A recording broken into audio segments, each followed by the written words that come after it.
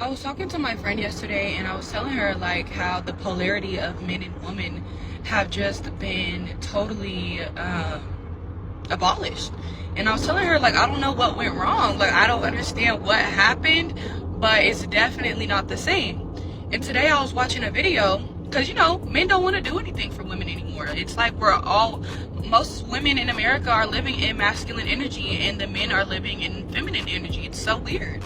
And I was watching this video and the girl was saying how, well, she lives in Dubai, first of all. So, the culture over there is totally different.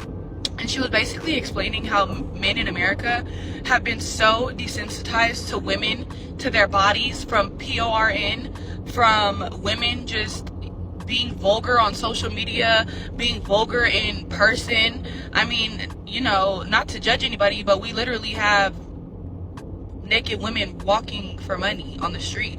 So it's like when they finally do get the opportunity to be with a woman, it don't really faze them. Like they don't really give a because there's so many women just giving themselves out. And it's not to say like this never happened, but the social media has made it a lot different. Like the PORN alone shows you as many body types and fetishes as you want. Why would he be excited because you can suck it from upside down backwards? He can see that all day. And the young ladies doing this think that they're unique, and a man should be so happy to marry them, to take them out, to pay for things. No, I'm not chasing that. I'm not paying for that. Are any other women out there just like exclusively approached by creeps and weirdos? For whatever reason, I only publicly attract the kind of man that just like completely lacks social boundaries and says like, and does uncomfortable things to and around me. I hate it. I'd rather not be approached at all, but why is this the specific genre of person that is approaching me? Like, maybe it's the combination of like, I'm chubby, medium ugly, and like alternative or weird or what have you. To name an example, I go to a community college, I'm on campus, and a man pushing 40 stopped me after a lab while I had a migraine and kept pushing me to get my number.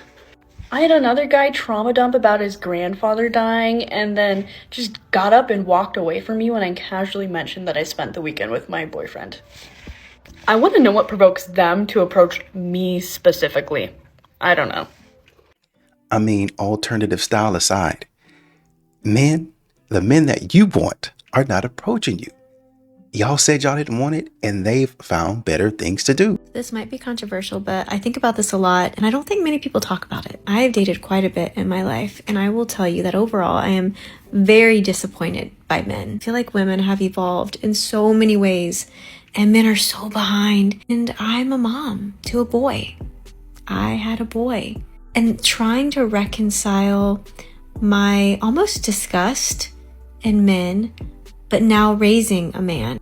I think about this all the time because I'm like, I can't just hate men because I'm raising a little man. And I use it as motivation. And I have made it my mission in life to create a really great man out of my son. I'm talking someone that knows how to love a woman, someone knows how to provide, protect with high emotional intelligence. I want my future daughter-in-law to be like, damn, thank you for raising this man. But I can't help the fact that I struggle with my relationship with men in general and having a son. And I love my son more than anything. He's truly the most precious thing in the world, the biggest gift.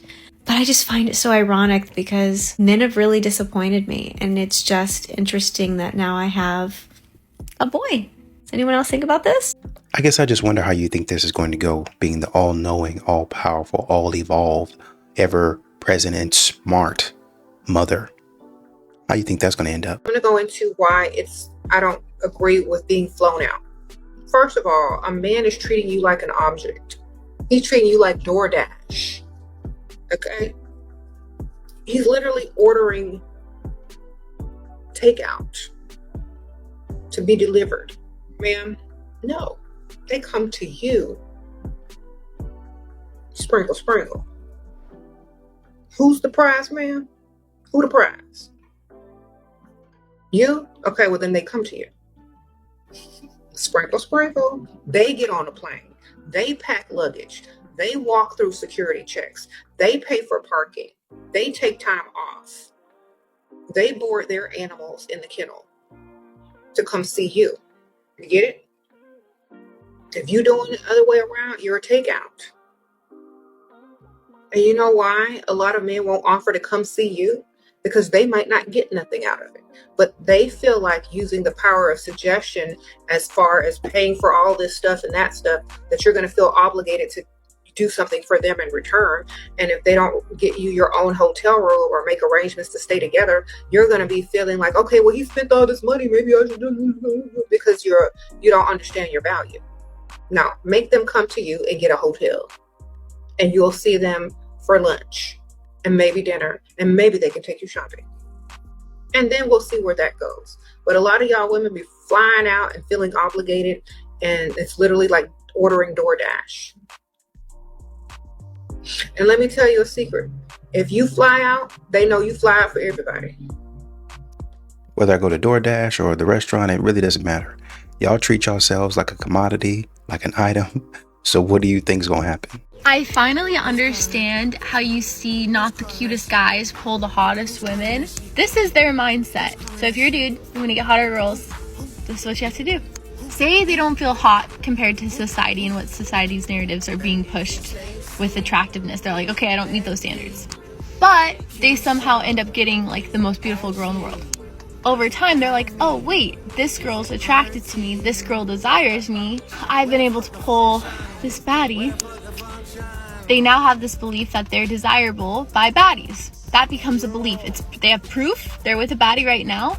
And they start to have this belief like, oh, I can pull beautiful women. And so now when they engage with beautiful women, instead of feeling less than or feeling like they could never be with a woman or that type of woman won't desire them, they see them as equals and like, oh, this girl could want to be with me. And that energy right there, not putting that woman on a pedestal, is what gets them the girl.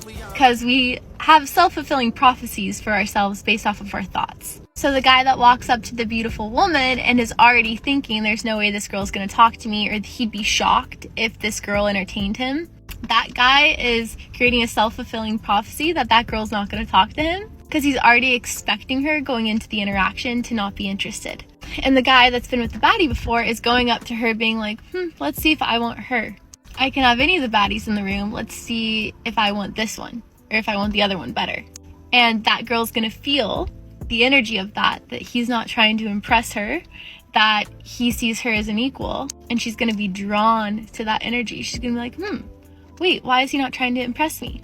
There's that famous clip by the supermodel Candace Swanpool or whatever her name is. And she's saying, he said he wasn't interested in me. And I was like, why? And now you have this supermodel who's gotten all this validation that she's absolutely beautiful. But the one time one guy doesn't show extreme interest in her, she's like, this doesn't normally happen. Why is he not interested? And she becomes like, I want to like go after you. I want to try to prove myself to you. I mean, well, we are equals. That's y'all putting yourselves on a pedestal a lot of times, and men been telling y'all not better. Do I look like anybody that would split anything? So you guys broke up at that point because No, this is the question. Do I look like I would go 50-50 on bills? No. Okay. And look at what happened. She caught herself flexing and got a bigger flex on her. Now he's with somebody he doesn't have to pay a dime for. So it didn't work. You lost them to somebody with more money that will do 50-50. Now he's with a tall glass of milk. Pause. Okay, I want to address this comment right here, and no shade to you, boo-boo. I just feel like sometimes we lose the plot a little. I just feel like stroking a man's ego only works if he's already doing what he's supposed to do. If you have to bring out your bag of tools just to get him to pay for a dinner, then that's not a man. That is a project. That is a liability. You should not have to bring out your bag of tools and stroke a man's ego to get basic respect and decency, like paying for a date that he's supposed to pay for. Okay? Stroking a man's ego is a tool that I use when I want something nice, when I want a $3,000 couch. So y'all want a man to stroke y'all's ego and pay for the dinner? Pass. For some reason, I decided to get on Hinge, right? Nothing will humble you quicker than Hinge. Because why do these men think that I would find them? I don't even know the word. I'm trying to be nice here because God created all of us. Yes. But I'm like, yo, what am I putting out here? That these are the men that are reaching out to me. I have no idea. Maybe they just liked you because they thought that you looked good. Is that a crime now? Get over yourself. Am I the a-hole for leaving my wife because she won't cook? Can I answer now? I don't need to hear the story. You can kind of give your first impressions if you want. I mean, yeah, hard yes. Kind of. I, male 40, and my wife, Leela, female 31, had been together for 8 years, married for 5. She used to cook occasionally, but never very often. I became our primary cook. This is fine most of the time. We both work 40 hours a week. I manage a sales team and she's in IT. Neither of us work past 5 p.m. She's actually usually done working by 4 or 4:30 at the latest. We have 2 children, 2 and 3, and this problem started before they were around and got worse when they arrived. We have a dog that keeps pooping in my house. Oh no. Oh, sounds like he's got a full plate.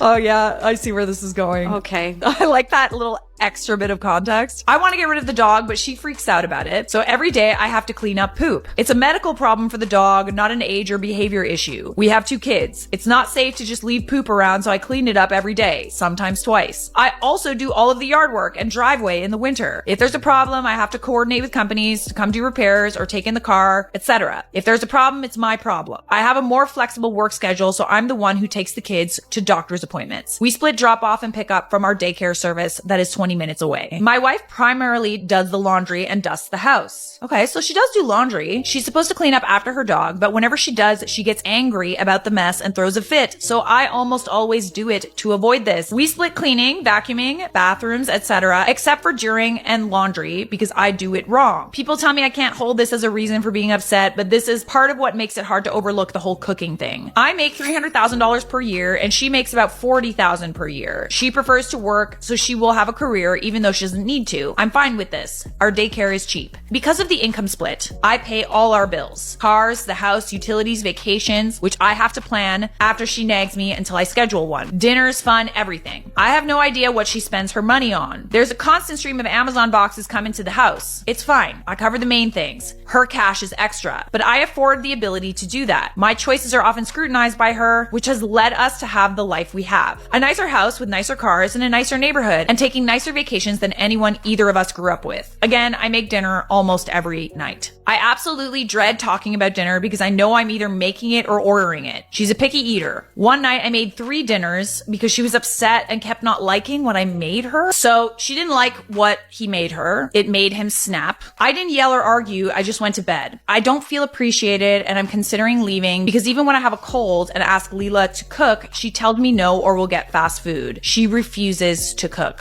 Lately, she's talked about being a stay-at-home mom, which I'm fine with, except she doesn't cook. So on the weekends, I take care of all the cooking. So how late are they going to eat during the day? They won't eat, or when they do, it'll be unhealthy, prepackaged garbage because she's admittedly too lazy to learn cooking. She also somehow claims to never know what food we have in the house, even though she's with me when we do the grocery shopping. Weaponized incompetence. Weaponized incompetence. I know what it means. Yes, look at you. I feel like in a relationship, you should be cooking more than twice a year for your partner. This just gets worse every year, and I don't feel appreciated. Even when I tell her this, she just tells me she doesn't like cooking. Well, I don't like it anymore either. I don't feel like expecting a spouse to take care of dinner 2 times a week so I don't have to worry about it is a big ask. Right. Agreed. It's very small. I agree with you. It shouldn't even need to be asked. We tried using the pre-packed meals where you get shipped a box and recipes. Oh, I did that for a bit. Yeah. Okay, so would he be the a-hole for leaving? Oh, he's thinking about leaving. Yes. Oh my God. If you're wondering about the kids, I would be taking the kids, and yes, I have the bandwidth for this.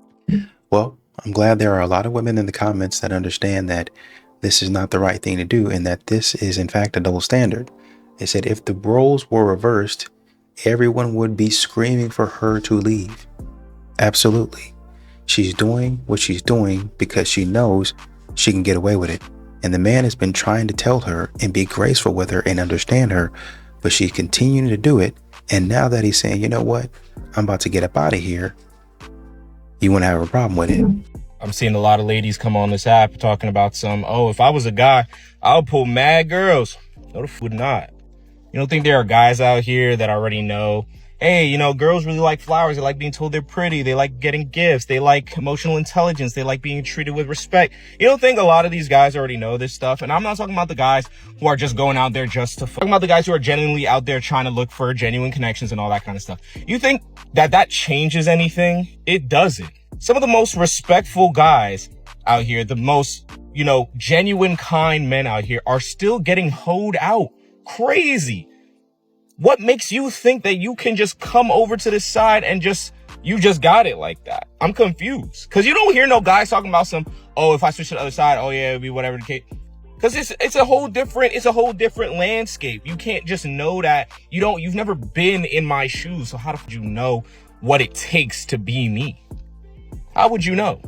I went out on several dates with a guy from Hinge and I kind of liked him. It was like 5 to 7 dates. And from the jump, I told him, hey, I have a very busy career. I work in law enforcement and I need to make sure that you understand that if we are going to date and see each other, you are going to have to drive to see me a little bit more, because I knew where he lived. I knew where I work and all of that, where I live, and the logistics just aren't going to work out all the time.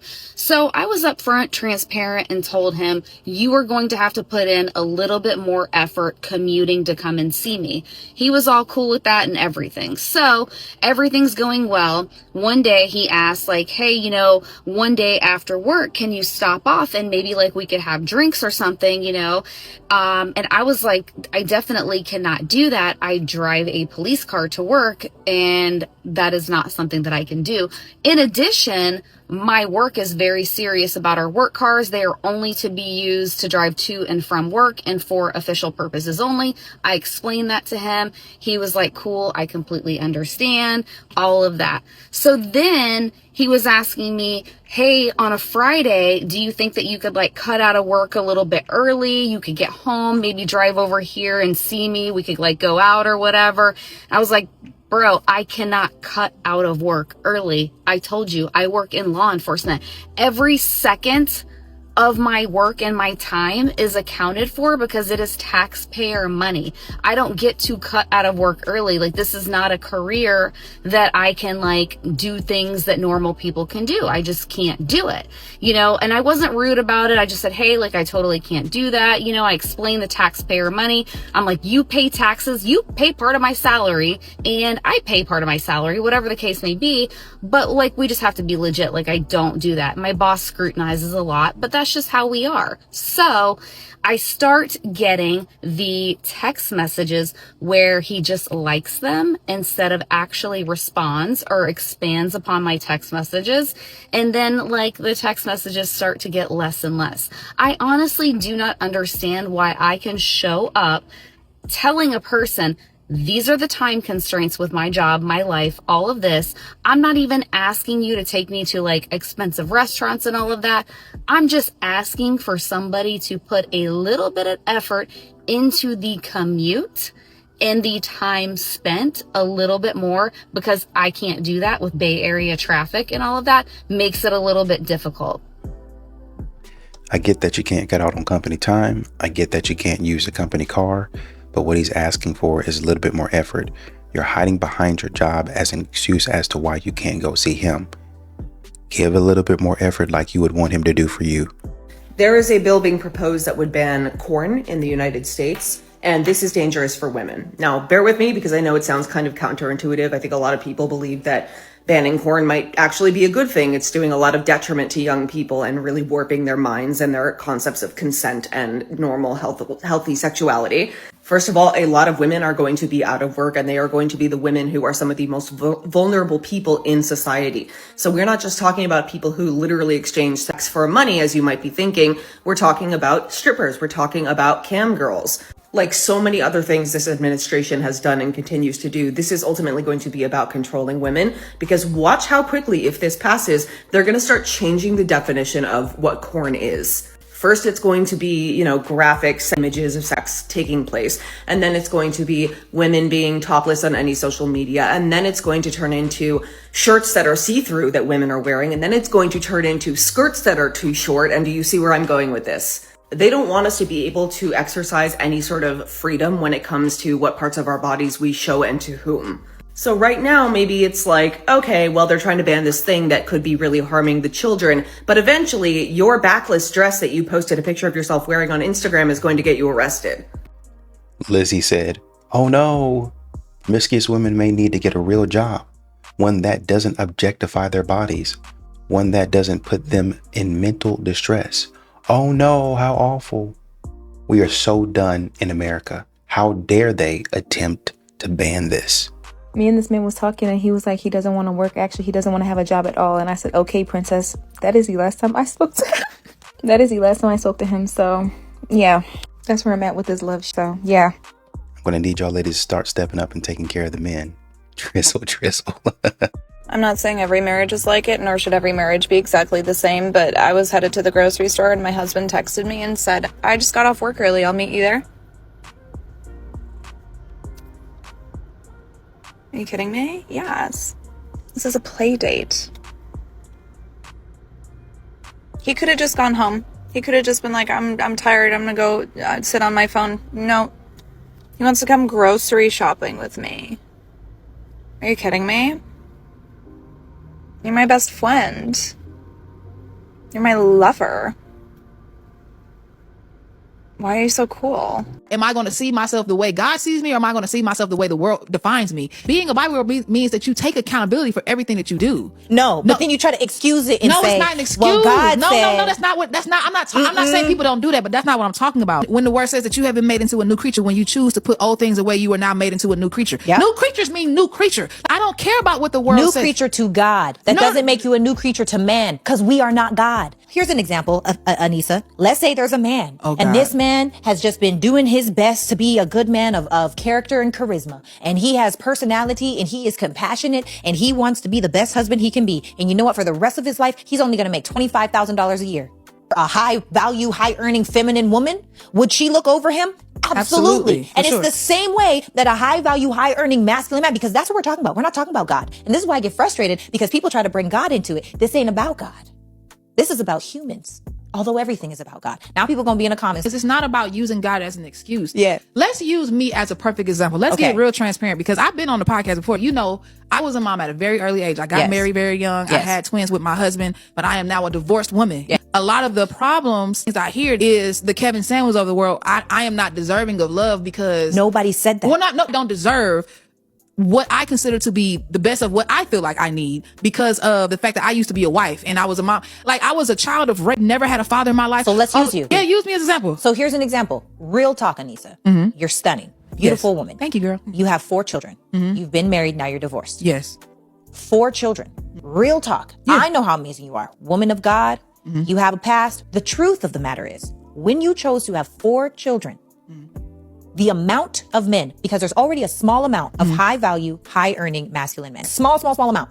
Now, the small amount of masculine, high value, high earning men that are willing to take on children from another man or multiple men wouldn't choose that.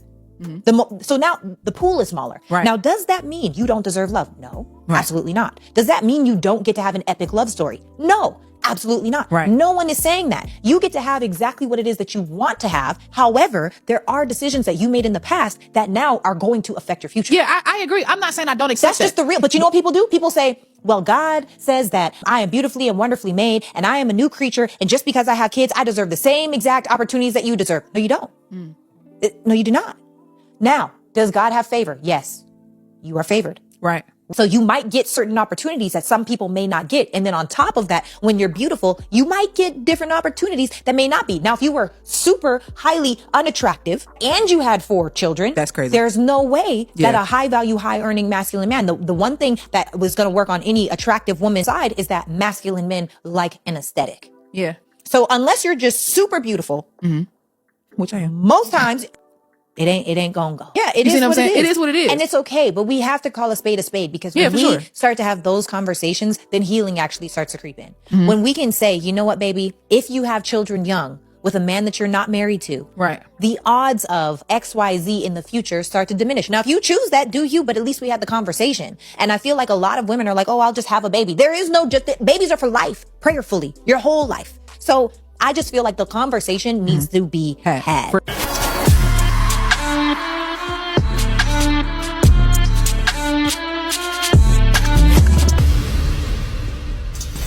And that's what it is. I'm not saying that you're not a good person that doesn't deserve respect. I'm not saying that you can't fight out of certain situations. Like I said, I know a person who went through all of that, got in trouble young, had to fight it off, going to get his PhD now, doing great, elevating his life. But back then, a lot of employers would not give him a shot. It was like one employer. And then after he kept on going, he used that to monkey branch into other opportunities to get to where he is today. But his record for a long time definitely followed him. Was he wrong in what he did? No, he wasn't wrong. The people that did that to him actually lied on him. It came out that they actually lied, and they knew they lied. But the fact of the matter is, people will see the black and the white and they'd be like, I don't know if I want to take a chance on that. You just proved your point. If a man's making $25K, you're going to overlook him, period. End of story. So why would it be different if it's in you in the situation and you have that many children, or whatever situation it might be? This one's going to be long, but I really don't care. I really don't. And I really don't care whose feelings get hurt by it at this point, because I'm sick of my feelings getting hurt. So here goes. Here's my who the fuck I marry. You guys ready? It's coming. While I didn't marry the man, I have spent the last 10 years pining for him for no reason. It all started in the summer of 2016. My baby father and I had broken up. I hated him. I was ready to be away from him. We had the worst relationship in the world. It was horrible. It was downright hell. He will tell you he doesn't understand what I'm talking about. He thinks we had a good relationship, and I say to that, why the fuck broken up then, huh? Idiot. Anyway, we were broken up for like almost the whole summer, and I was hanging out with one of my best friends, and I fell in love. I fell right in love with this man, and oh my god.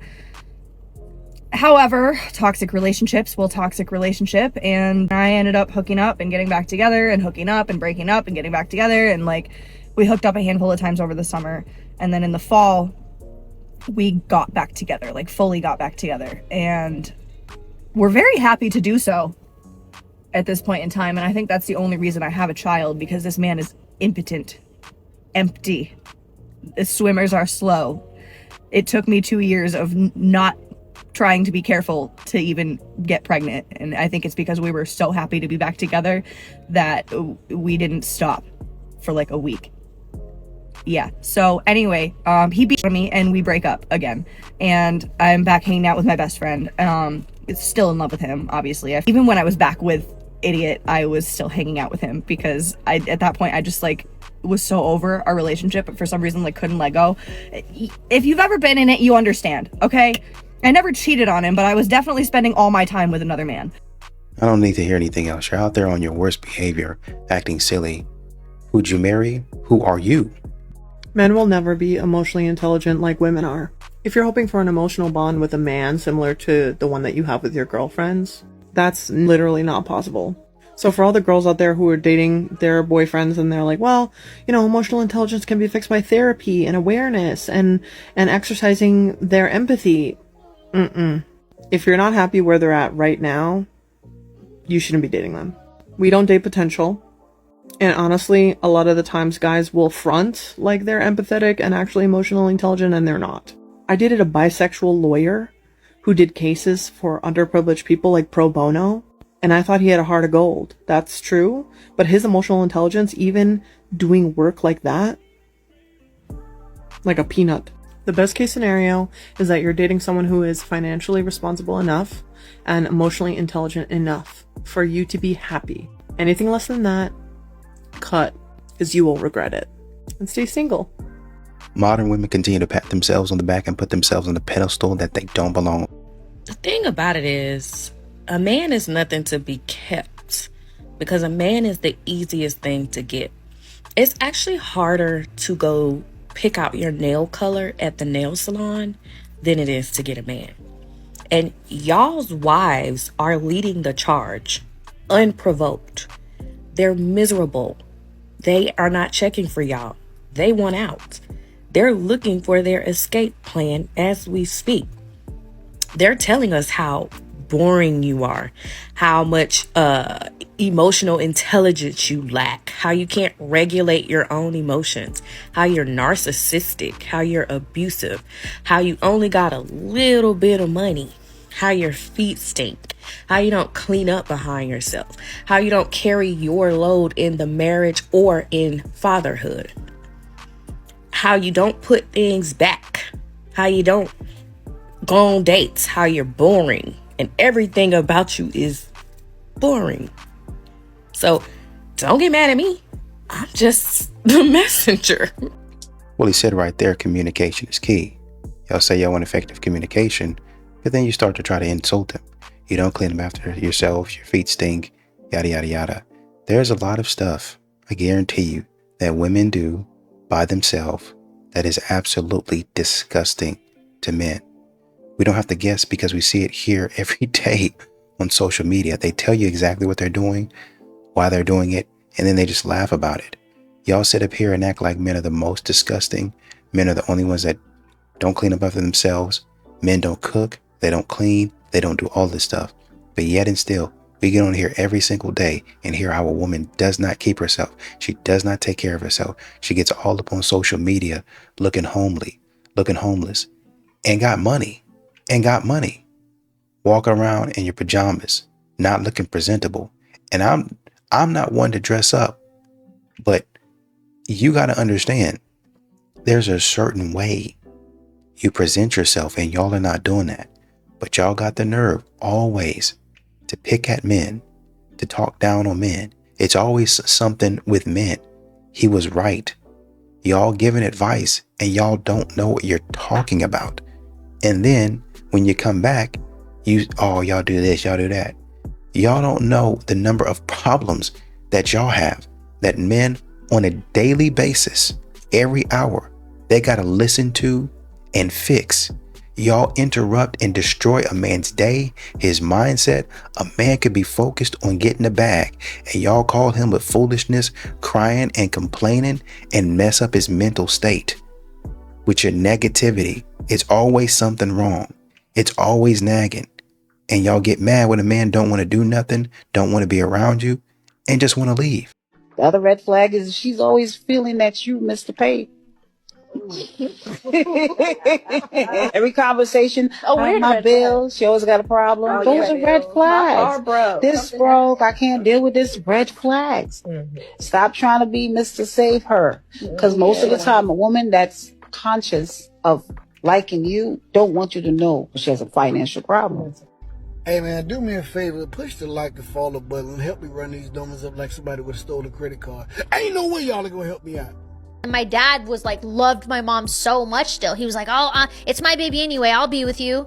And so my dad was with her throughout the pregnancy and was there when I was born. And when I was born, because I have naturally curly hair, I came out and I had all these dark little curls on my head. And my mom's other boyfriend had dark curly hair. Oh, no. So she was like, this is not Tony's daughter. But my dad was so convinced. He was like, that's my baby. I don't care what anybody says. I know she's mine. Oh, and so long story short, he went to prison 11 days after I was born. Yes. And then when he got out, he was like, where's my daughter? And everyone's like, Tony, she's not yours, bro. My dad was like, yes, she is. I know she is. I'm going to prove that she is. He was relentless. Feel it in my boots. He felt it in his boots. And you cannot take a man out of his conviction with his military boots. Out of his boots. Okay? When he's in the army, he knows the sensation of his boots, okay? So, long story short, he somehow maneuvered his way into getting a blood test, and he was right. And he was the father. He was the father. I don't know, man. I'm not 100% sure that I would have shared the story. It seemed like your mom was out here doing stuff that she should not have been doing. And we say that men are unfaithful and they're just dogs, but I don't know. If you are a stay-at-home mom, you should be receiving a salary from your husband. Why? Because if two people are married and one is working and one is not, in this case the man is working, that means he is paying for everything in the household, to include the mortgage / the rent, the bills, the insurance, and everything that goes along with being an adult. So why does the wife, in this case, who doesn't work, need to get a salary from the husband? If you are a stay-at-home mom, otherwise known as a non-compensated working mom, and you are married to a man... You know, I've always wondered, what about women that are married to other women and one of them works? Does the one who is working have to pay the non-working woman a salary in that situation as well? Or is this only a man-woman kind of thing? Your husband, the compensated partner, should be paying for the uncompensated labor. And yeah, there's going to be a lot of pissed off men in the comments. No, I'm just confused.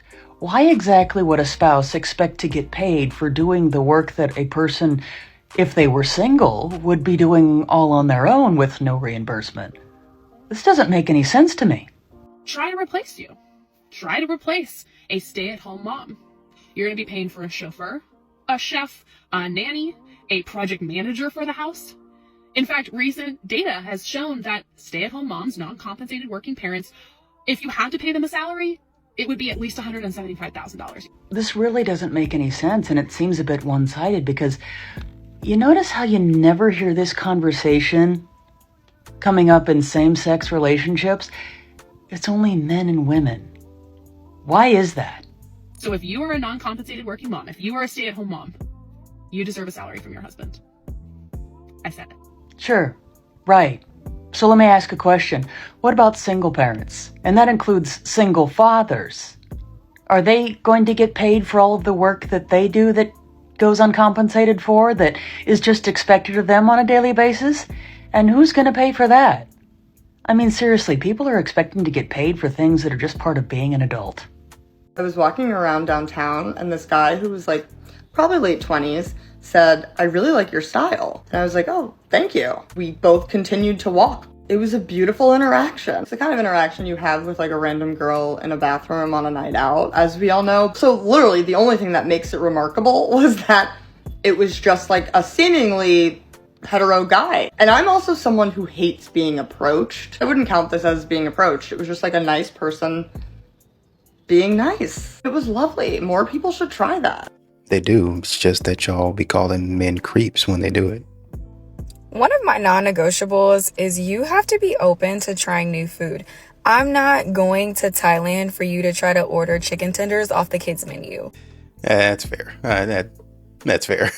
The thing that bothers dudes about women in the gym is not that they're dressing like poorly saran-wrapped pieces of raw chicken, but because they do that and then pretend that they're not being for attention and then get mad if you're giving them the attention that they're definitely dressing for in the first place. Because nobody believes that you just happen to be the most comfortable in your underwear around a bunch of sweaty, testosterone-filled dudes who you know are gonna look at you as you grunt and do physical activity. It's like being at the top of a mountain with a lightning rod during a storm, being like, sometimes I just like to hold poles. Skipping outside of a bear's cave dripped in honey, being like, I just sometimes enjoy being sticky. No, you want the attention. And that's why you're in a booty short, tiny mesh fabric piece of underwear that barely hides your colon from the outside world when you do hip hinges. In a sports bra, which is not different from a regular bra in any meaningful capacity other than the word sport. And I'm not trying to be your dad, but if I was, I would be a little bit disappointed. And I would probably be like, hey, can you tone it down a little bit? Maybe put on a t-shirt. Just like I would tell my son if he was doing glute bridges next to other human beings in a cramped space in a Speedo with his Johnson print as visible as the shallow roots of a tree. And in either case, you're not being and everybody knows that.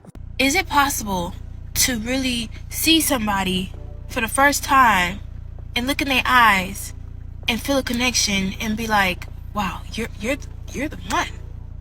Like, that is so bizarre to me, to just see somebody. Like, it's beyond you looking at somebody who's attractive, right? You see somebody, you're like, oh, they're cute, y'all make eye contact, cool. But like, to fall in love at first sight, to know that that is your person off bat. Like, I be hearing love stories and they're like, yeah, when I seen her, I just knew she was the one. And it's just like, how did you know that? Like, what was so different that made you feel like that was the one versus just a person that you found attractive? You know, like, do y'all believe in love at first sight? Tell me your story, or just comment below, because I need to know. Well, a lot of times, women back in the day were open to being courted. So a man could look at her and he would say, man, I gotta have it. And she might not feel the same way. But if a man walks up to her and says, hey, you know, I am just, and I gotta have you. If you remember, that's what happened in The Notebook.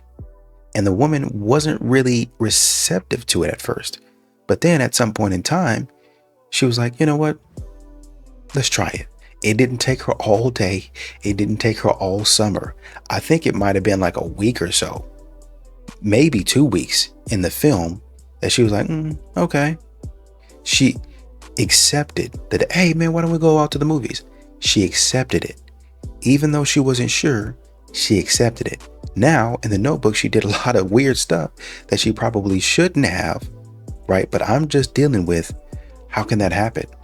Well, because the man saw what he liked and he came in full confidence. He didn't have women talking about, oh, don't approach me in the gym. Don't approach me at the gas station. Don't approach me at the grocery store. The man saw her on the street and said, hey, I would like to be with you. Can you give me a chance? Please, come on, give me a chance. And she was open to it. So that's what happens. When people give others a chance, he ain't got to be 6 figures, 6 feet, 6 pack. Not saying that there's anything wrong with that, but a lot of women try to do this get rich quick scheme. They try to, oh, I'm overlooking X, Y, and Z, and they get with a terrible man. When the guy that was like, man, I really got to have you. I think he looks nice, but he's 5'9", he's 5'10". I really don't want that. You're not open to the right person getting with you, and you make the wrong decision. Essentially what y'all try to do is 6 feet, 6 figures, 6 pack, is y'all try to get a Louis bag at a discount. Like y'all try to get the red bottoms at a discount. You thinking, oh man, he's 6 feet, it's seemingly all I want. And y'all really don't pay attention to his characteristics. So y'all are, even though y'all are seeing that maybe there's a red flag here, maybe there's a red flag there, y'all still open and give the full confidence of, I want this man to take me out. I want this man to court me. It's been 3 months and things are going well. It's been 6 months and things are going well. And the man pop up after 7, 8 months and he do you dirty. Well, that's been there all along. But that man that was 5'10", 5'11", 5'9", 5'7", he would have done you right. But you put him in the friend zone. That man was expressing the same level of obsession with you more than the guy that you really loved and that was 6 foot. But you ain't want him because you weren't open to it. A lot of these women, I'm not saying that you picking an ugly dude, but some of the stuff that y'all are setting forth, closing yourselves off, not wanting to be attracted to that person, not being open to that person courting you, y'all ruining y'all's love story for no good reason. One of the top 10 most frustrating experiences of all time is working out with a man, because we'll be like working out together. I'm like, oh my god, I'm hitting a PR. This is insane. I'm lifting so heavy. And he'll be like, okay, it's my turn, and add like 2 plates onto it. And it's his second time in the gym, by the way. Like, okay, it only took me 2 years to work up to that, but just throw those on.